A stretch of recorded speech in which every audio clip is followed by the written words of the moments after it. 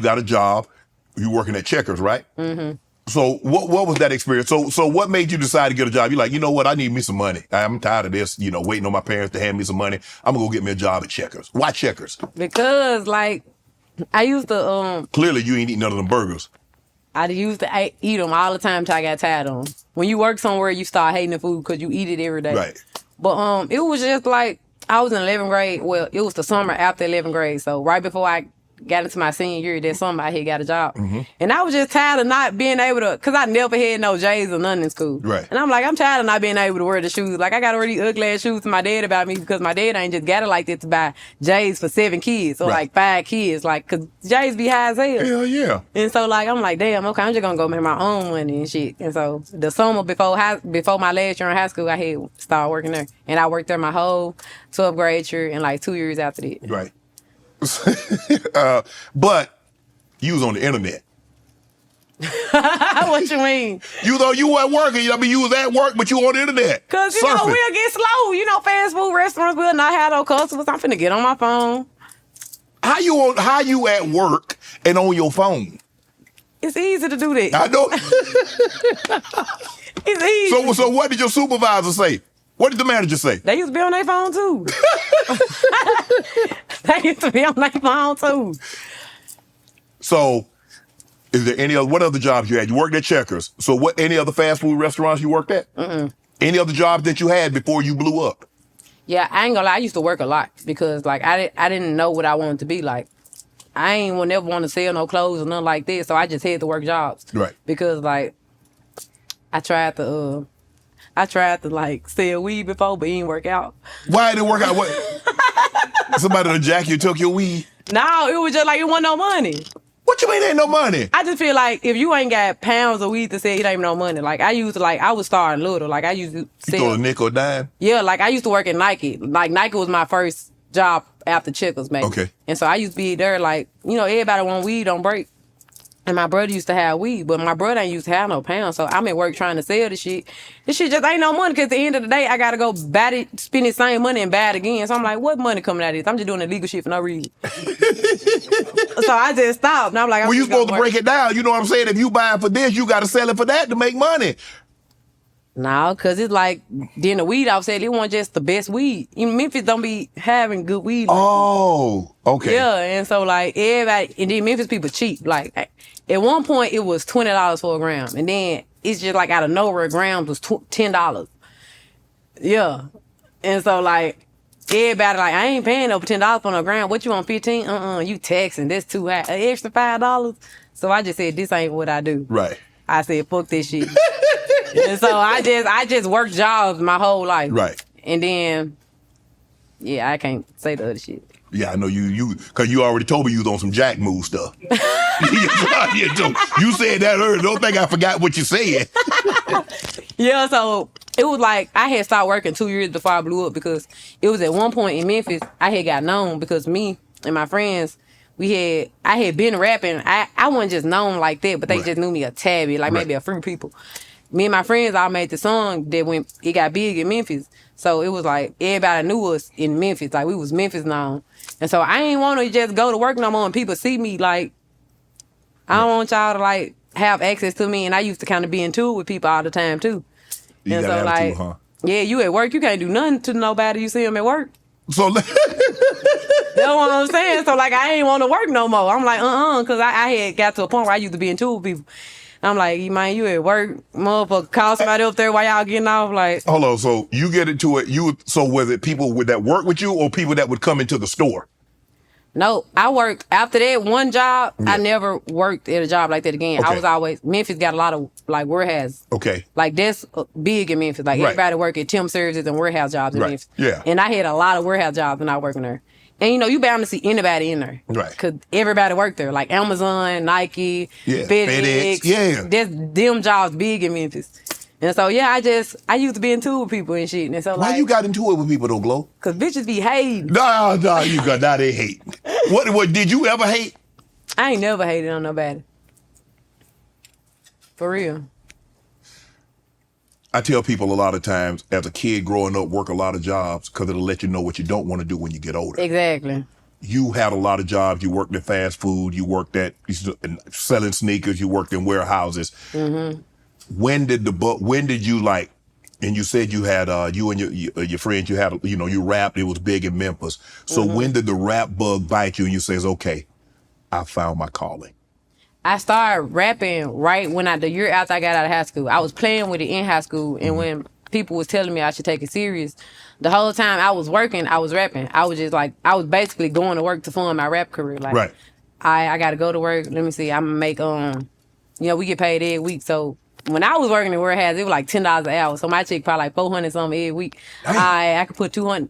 The videos are cheap. I could put 200 aside for the video. I ain't had no bills. I was still staying with my daddy. Right. So I was just putting all my money into making videos. You know what I'm saying?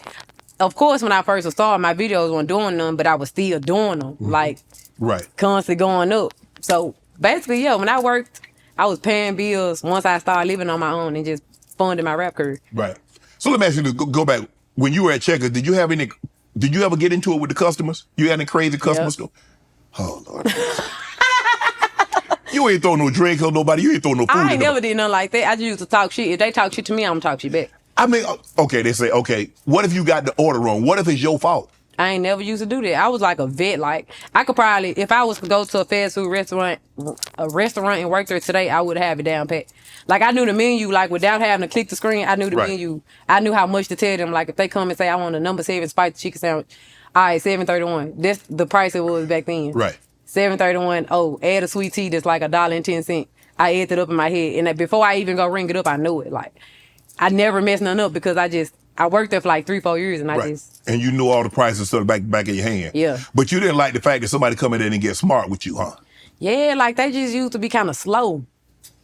Like people, you would never appreciate fast food workers until you done worked in a fast food restaurant. Because it take a lot of patience to work there. Because people come there, then like you on a timer. Oh, yeah. So okay, you hate when they like look at the menu while you back behind 2 or 3 people. And don't wait till you get up there and talk about let me get a number 4. Yeah, like no pickle, no onion. Onion rings. Yeah, and it like as a cashier, you got a time. Like you can't like once that time go up too high, you gonna get in trouble. Like because it's like probably was 12, 15 Checker restaurants in Memphis. Yeah. And we used to rank off which ones had the best time, the most clean ones. Okay. So as a cashier, we gotta move the cars like we on the timer. And so when they get back there acting slow, so what come on the hamburger? Bitch. What you think come on the hamburger? Like, it's right there, look. You don't think that's a little aggressive? I mean, I ain't used to say that, but in my head, that's what I used to be thinking. Yeah. And so like they'll just get back there taking all day. And sometimes as a cashier, we'll be like, okay, anything else? And they'll take that offensive like, hold on, let me look. And so they'll just get to talking shit and talking smart. And, so then that set you off. Yeah, or they'll say something like, I got this coupon and it's too old. Like, they should have say 2017 and it's 2019. Bitch, you can't use these. And they'll get somebody, let me talk to your manager. I said, she gonna tell you the same thing. And they'll just catch attitudes. Bitch, blase, blase, blase. I catch you outside of work. Like, what? People in drive-thrus be talking crazy. That's why I said I'd never work another fast food job after them. Right. Okay, so now you're starting to struggle. You got your car repossessed. You're sleeping on your friend's couch. And they about to get evicted or they got evicted. So now, what's the lowest point that you say, damn, I got to make something happen? It's so crazy. I was probably at my lowest right before I blew up. Like right before I blew up, like I'm gonna say the 7 months before I blew up, I was at my lowest. So I always was, out of all my friends, I always had my own apartment. I always had my own car. And it was just like, I'm gonna say 2021 was a bad year once, like after my birthday. And it was just like everything went downhill and shit. But whole time I'm still having faith. I'm like, okay. Like I have $0. My manager, he's still with me. His name Mark, and so like I have $0. I'd be like, I ain't gonna lie, Mark. Let me borrow $400 real quick so I can shoot this video. And I promise when I blow up, I got you. Like I got text messages in my phone, and I used to always tell him that. And like I just have nothing and still want to go shoot a video or want to go to the studio and shit. And so yeah, it had got to a point I had never stayed with one of my friends. I always had my own shit. And so that was a pride thing because I never had to ask nobody to live with them. And so I started staying with my friend Gloss. Right. She was going through shit at the same time. She was pregnant with her second baby at this time. So like, she going through shit too. She got to go stay with another motherfucker. And so I'm like, damn, where the fuck I'm finna go? So it was at a point I was like, I could have stayed with my mama, but I didn't want to stay with my mama. Yeah, you grown now. You like my mama, one of them, like she still strict like how I was when I was 7. Yeah. Don't come in my house past 11 o'clock. I can't stay with you because I know I'm gonna come in your house past 11 o'clock. So I couldn't stay with my mama and my daddy. My daddy just had like a swamp house at the time. Like it was just somewhere you don't want to live. Right. As a girl, anyway. And so like it was at the time like I just be out all day because I didn't have nowhere to go. Like I just go to everybody's house because I don't got nowhere to go. And then after I just swallowed my pride and I just started living with my friend Teasy because I just never used to want to ask nobody to stay with them because I always was the one everybody came to ask for shit.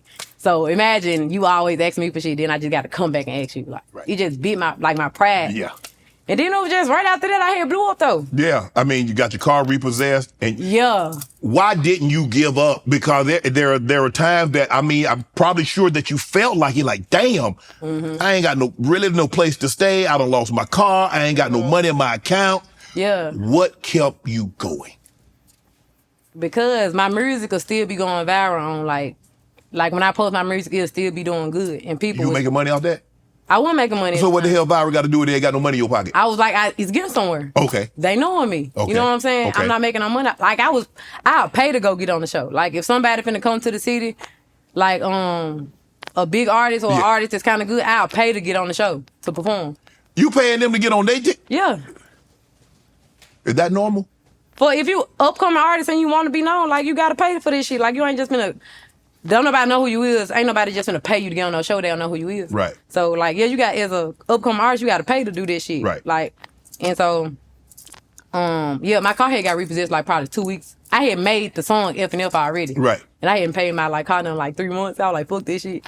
And so, So how you hide it out? Cause you know they coming to get it. 3 months they coming to get it. I used to park behind my friend's car. Oh, okay. So they couldn't. So they couldn't get it. No, they couldn't get it. I used to park it behind my friend's car.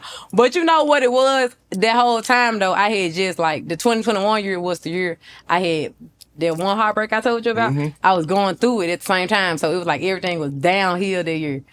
And so, but my music was doing good, but I wasn't getting paid off for it. So it ain't like my music doing good, but I still ain't got no money for it.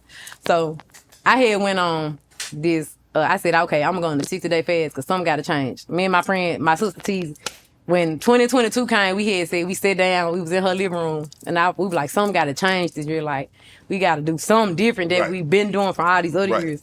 And so we were like, all right, we got to, no niggas, no liquor, we ain't going out. Damn.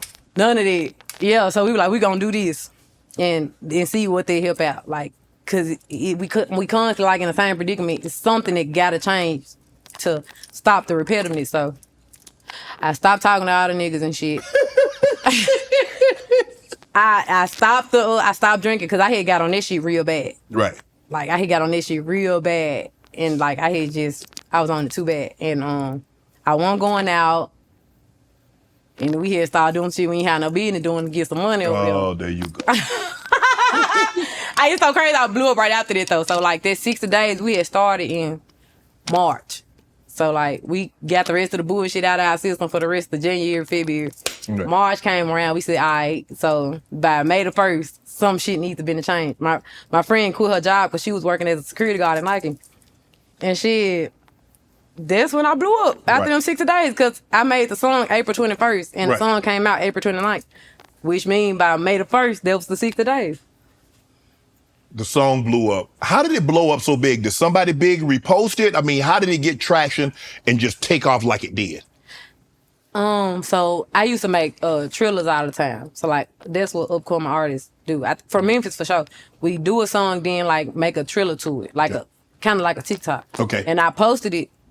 And it just would start going up. Like, people like, we like the song. And I had songs before that did that too. Like, that's why I said, like, that whole year, my traction was building slowly in the city and surrounding areas. And so, the first person that had reposted the song was, damn, who was the first person? Shit. Oh, damn. I can't remember. It was a DJ. Why I can't think of her name right now? I'm out there Taylor for it. It was a DJ. French Montana DJ. What's her name? What's French Montana DJ name? The girl? Duffy. DJ Duffy. Okay. I couldn't think of it because I'm out DJ Duffy. The first one. Right, she made a video to it. And then everybody else, he just started going crazy everywhere. And it blew up. I mean, but you see Cardi B, Sweetie, Lotto, they co-side it like, okay, you that. So how does that make you feel when artists that's already on and everybody knows who they are give you that hall pass and say you next? It feels super good because these people I listen to. And like I watched Cardi Hole come up. Like when she first blew up, I went back and watched her on Love and Hip Hop and listened to her old music and shit. And I liked her story. And so it's just, you know, once these people you watch say something good about you, it just make you feel good. Damn, I like you. I look up to you. Yeah. You know what I'm saying? But you know, sometimes it's hard for women to support other women. Sometimes it's hard for black to support other blacks. Why is that? I mean, they make it seem like if I support you, if I say something good about you, that's gonna impact my money.